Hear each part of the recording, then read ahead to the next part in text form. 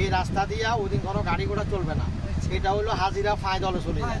ফাঁয় দলে যাওয়ার অর্থাৎ হলো আপনি গাড়ির লাইগা 210 ঘন্টা অপেক্ষা করা লাগে, বুঝছেন? তো যারা অসুস্থ তারা তো হাঁটি যাওয়া সম্ভব না 5 কিলোমিটার।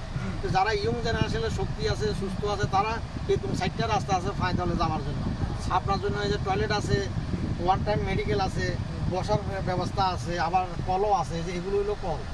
হ্যাঁ, আবার চিকন পাইপ দিয়ে দিয়েছেন, এগুলো বৃষ্টির মতো কুয়াশার মতো হয়তো সময় ঠান্ডা পানি ছাড়ে, পানি বাড়ে, তাহলে আপনার থেকে ভালো লাগবে, কারণ গরম তো প্রচণ্ড গরম।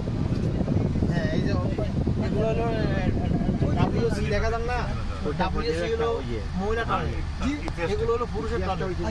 এই যে WC এগুলো মহিলা টয়লেট, এগুলো আরাফাতের ময়দানে ইয়ে করার মানে হজের নিয়মের মধ্যে এটা যে হজের নিয়ম আছে, আপনি রাত্রিটা মুজদালিফাতে আপনি যাপন করবেন, পরে ওইখানে আপনি এখানে মানে মাগরিব এশা দুই নামাজ পড়বেন।